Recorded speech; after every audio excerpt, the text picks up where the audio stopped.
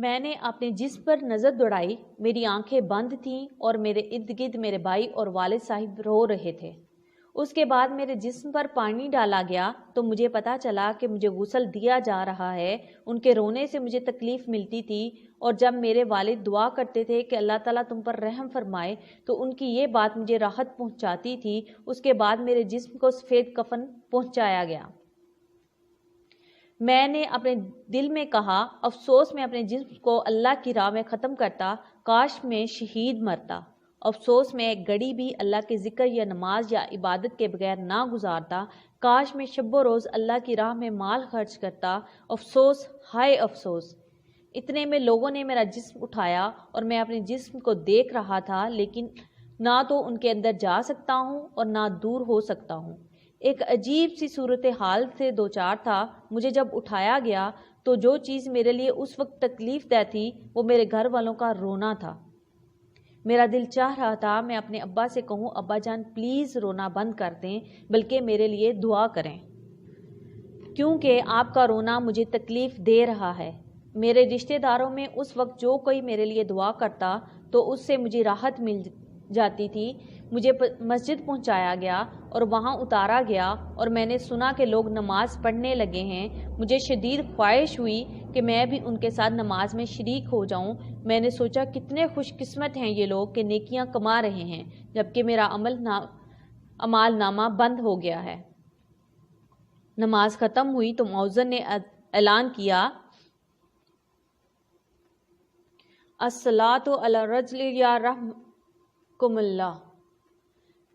امام میرے قریب آیا اور نماز جنازہ شروع کی۔ میں حیران ہوا کہ وہاں بہت سارے فرشتے آ گئے ہیں جو ایک دوسرے سے باتیں کر رہے تھے کہ نماز پڑھنے والے کتنے لوگ ہیں اور ان میں کتنے موحد ہیں جو اللہ کے ساتھ شرک نہیں کرتے۔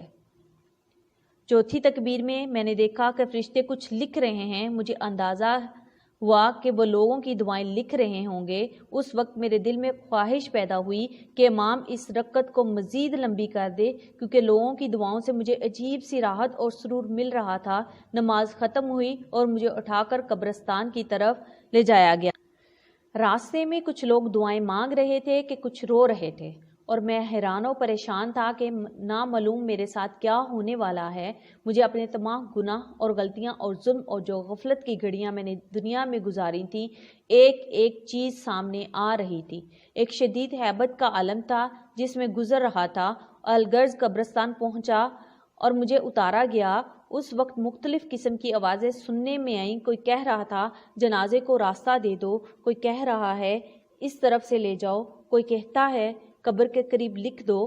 یا اللہ، میں نے کبھی اپنے بارے میں ایسی باتیں نہیں سوچی تھی۔ مجھے قبر میں روح اور جسم کے ساتھ اتارا گیا، لیکن انہیں صرف میرا جسم نظر آ رہا تھا، لیکن روح نظر نہیں آ رہی تھی۔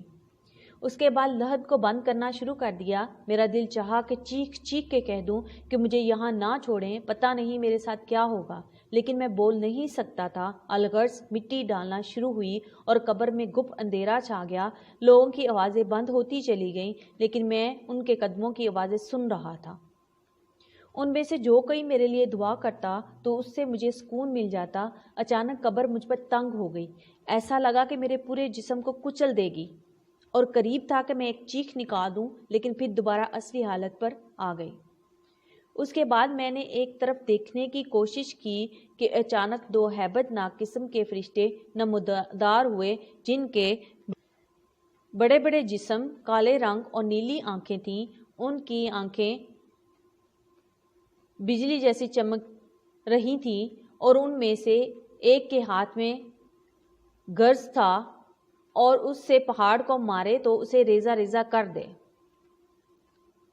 ان میں سے ایک نے مجھے کہا بیٹھ جاؤ، تو میں فوراً بیٹھ گیا۔ پھر اس نے کہا من ربو کا، تمہارا رب کون ہے؟ جس کے ہاتھ میں گز تھا وہ مجھے بغور دیکھ رہا تھا۔ میں نے جلدی سے کہا ربی اللہ، میرا رب اللہ ہے۔ جواب دیتے وقت مجھ پر کپ کپی طاری تھی، اس لیے نہیں کہ مجھے جواب میں کوئی شک تھا، بلکہ ان کے رعب کی وجہ سے۔ پھر اس نے مزید دو سوال کیے کہ تمہارے نبی کون ہیں اور تمہارا دین کون سا ہے، اور الحمدللہ میں نے ٹھیک جواب دے دیے۔ انہوں نے کہا اب تم قبر کے عذاب سے بچ گئے۔ میں نے پوچھا کیا تم منکر و نکیر ہو؟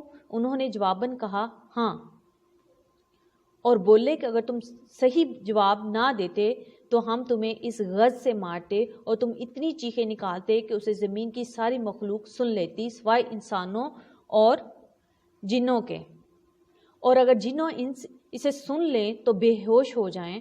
میں نے کہا اللہ کا شکر ہے کہ اس نے مجھے اس مصیبت سے بچا لیا۔ اس کے بعد وہ چلے گئے اور ان کے جانے سے مجھے قدر اطمینان حاصل ہوا۔ ان کے چلے جانے کے ساتھ ہی مجھے سخت گرمی محسوس ہوئی اور مجھے لگا کہ میرا جسم جلنے والا ہے، جیسے کہ جہنم سے کوئی کھڑکی کھولی گئی ہو۔ اتنے میں 2 اور فرشتے نمودار ہوئے اور کہا السلام علیکم ورحمۃ اللہ وبرکاتہ۔ میں نے جواب دیا وعلیکم السلام ورحمۃ اللہ وبرکاتہ۔